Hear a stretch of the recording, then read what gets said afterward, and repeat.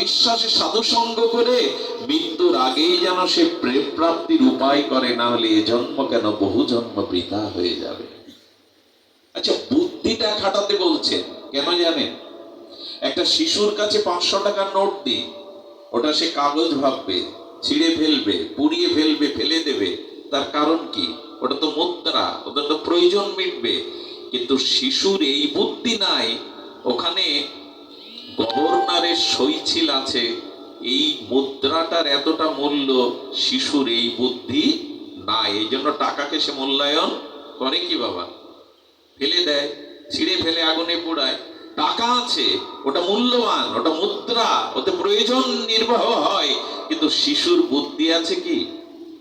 এই জন্য টাকা ছিঁড়ে ফেলে। শাস্ত্র তেমন বলছেন, মানুষের বুদ্ধি উপযোগ দ্বারা ভগবত প্রাপ্তির জন্য মৃত্যুর আগে চেষ্টা করার বুদ্ধিটা খাটাতে হবে, না হলে সে মূল্যায়ন করতে পারবে না এই দুর্লভ মনুষ্য জন্মে।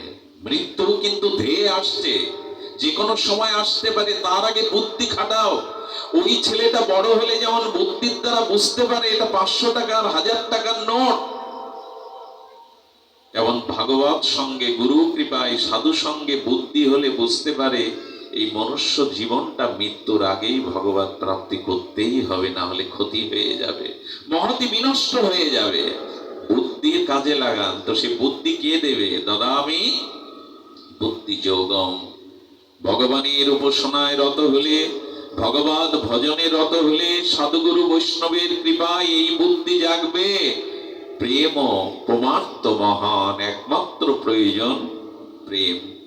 এই জন্য মৃত্যুর পূর্বে ভগবানের প্রত্যক্ষ কৃপা প্রয়োজন। মানব শরীরের একটি বিশেষত্ব, খুব ধ্যান দিয়ে শুনুন।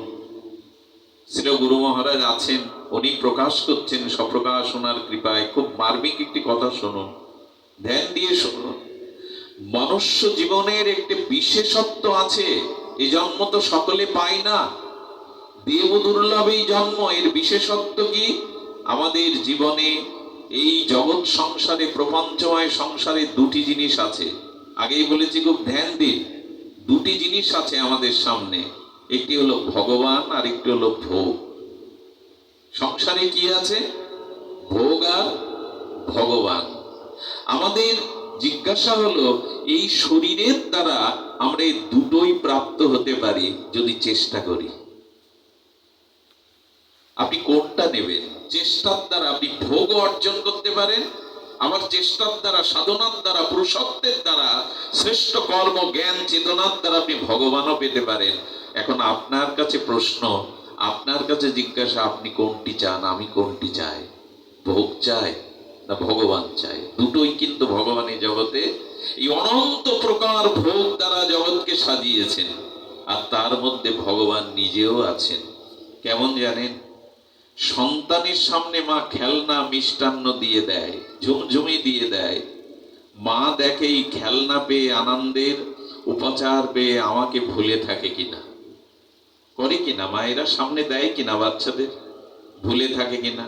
কারণ মায়ের তো অন্য কাজ আছে, তাই সন্তানের সামনে মিষ্টান্ন, খেলনা, ঝুমঝুমি দিয়ে দেয়, বাজি বাজনা দিয়ে দেয়, যে এগুলি নিয়ে বেঁচে থাক, এগুলো নিয়ে খেলতে থাক, আমি তো থেকে দূরে সরে যাই। তেমনি ভগবানও অনন্ত ভোগ দিয়েছে, রূপ যৌবন, টাকা পয়সা, পদ প্রতিষ্ঠা, বাড়ি গাড়ি, সুন্দরী রমণী, পূজা প্রতিষ্ঠায় ভোগ দিয়ে দেখলেন, আমাকে চাও না ভোগ চাও? দুটোই চেষ্টা করলে পাবে, ভোগও পাবে, ভগবানও পাবে। বেছে নেব কোনটা? আচ্ছা, এখন বাবা আমাদের হাতে খাতা কলম দিন।